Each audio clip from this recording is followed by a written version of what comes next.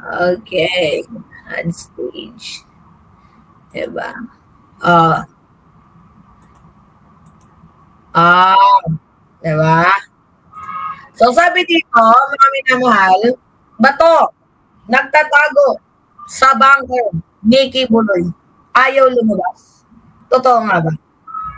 So, but before that, mga minamahal, ito mag-shoutout muna tayo sa iba.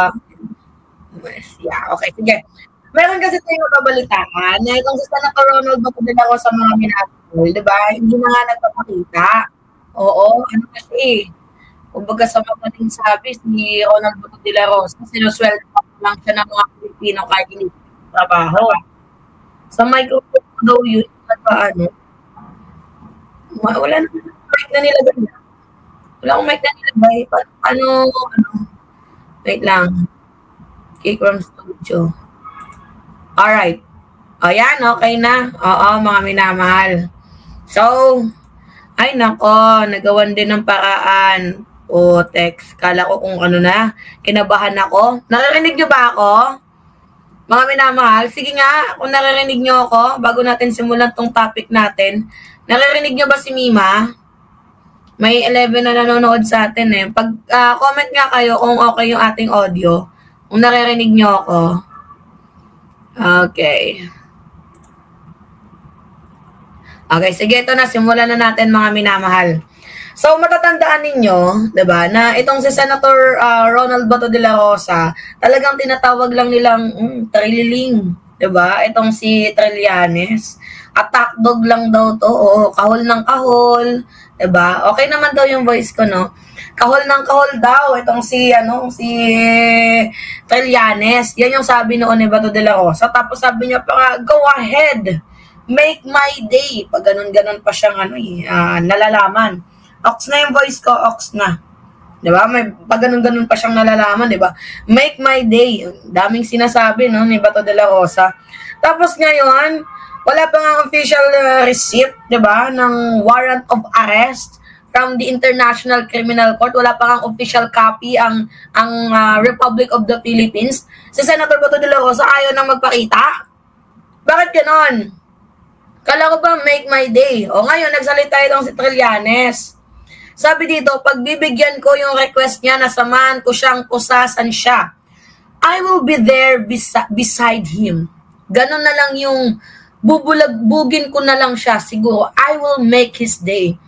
Request granted na naman. Aray mo. Diba? Matatandaan ninyo. Hiling niya din. Sabi niya, I really want to join the old man. Diba, willing na daw siya. May pa ganun-ganong effect pa. Etong si Bato de la Rosa. Tapos ngayon na pinaghahanap na itong si Bato, hindi nyo na makita. Oo. Diba, nakakatawang isipin, matapang lang sa salita, pero marshmallow pala. Diba? Marshmallow. And soon, baka maging karton na din to na pinagkakapihan ni Robin Padilla. Natatawa talaga ako. Diba? Senador nyo ba to? Tatay nyo karton. Diba? Ade, senador nyo karton, tatay nyo karton. Lahat na lang ata sila magiging karton. Oy, Padilla! Kung naririnig mo man to, Senator Robin Hood Padilla, diba? Ang sabi mo, kapag kinulong si Bato sa ICC, sasamahan mo? Hoy, dapat tuparin mo yan na samahan mo. Itong si Senator Ronald Bato de la Rosa. Natatawa ka si Jing Martin eh. Paano ba naman di matatawa eh? Itong si Bato de la Rosa, pasabi-sabi doon na, go ahead, Trillanes, make my day, ngak-ngak ka ng ngak-ngak dyan. Diba? May pag ganun-ganun pa siya, mga minamahal. Tapos malaman-laman natin ngayon na nagbabala na. Nag-warning pa lang, diba? Shoutout sa'yo, Flor Castillan. Diba, nag-warning pa lang. Itong si Trillanes, biglang di na nagpakita. Alam nyo, ilang na siyang hindi nagpapakita. Almost 3 weeks na. Oo. Pero, meron pa din siyang sinusweldo. Dapat din na yan sinusweldohan yung mga ganyang kupal na senador. Hindi na nga nagpakita, sinusweldohan pa. Tama ba yon? Dapat nga fugitive na to eh. Diba? No, ito, sige, pakita natin sa inyo itong palitan ko. Oo. Wait lang, pakita natin. Wait lang. Ito. Fugitive, Bato de la Rosa, share screen. Okay, Fugitive. Alright. Okay. Continue tayo.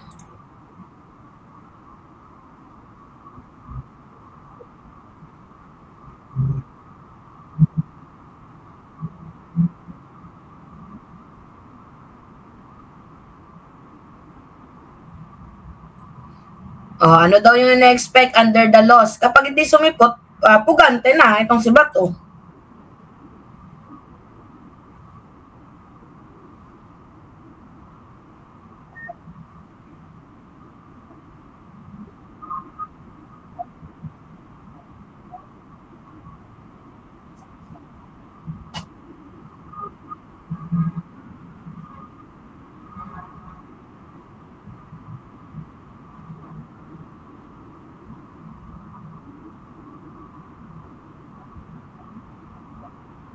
Wala pang ang Waka to Bares, pero si Bato de la Rosa nanginginig na, nagtatago na sa bunker.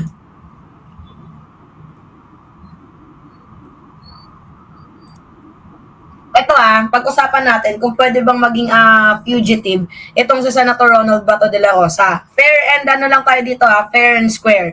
Hindi ako pro Bato, hindi ako DDS, pero gusto ko lang maging fair. Kasi ang pagiging pugante, mayroon pong 4 na elemento. So una, dapat meron siyang ginawang actual na krimen na ipinailed sa kanya sa Philippine Court. Which is, wala pa naman. Diba? Kasi sa ICC siya. Diba? Pangalawa, meron siyang actual na warrant of arrest issued by the Philippine judge. Katulad ng nangyari kay Kibuloy. Which is, wala pa naman nun. Si Senator Ronald Bato de la Rosa. At pangatlo, dapat meron siyang kaso. Diba? So ngayon, wala pa namang Yan na yung problema Wala pa namang warrant pero nagtatago, aray mo. Diba, ba't ka nagtatago? Wala ka pa namang warrant. Kala ko ba magaling ka? Kala ko ba matindi ka? Wala pa namang warrant, nagtatago yung lolo ninyo. Anong problema? Diba mga, anong problema? Ba't ka nagtatago? Natatakot ba? Tapos pang-4, nagtago ka or umalis ka para iwasan ang warrant of arrest mo. So may 4 na elemento ang pagiging pugante. Pero wala pa naman doon si Senator Ronald Bato de la Rosa. Pero ang nakakapagtaka dito, bakit? Itong si Senator Bato de la Rosa ay nagtatago na. 'Di ba wala pa namang warrant, 'di ba? Hindi yung nagtatago ka, harapin mo. 'Di ba pumasok ka? Oo.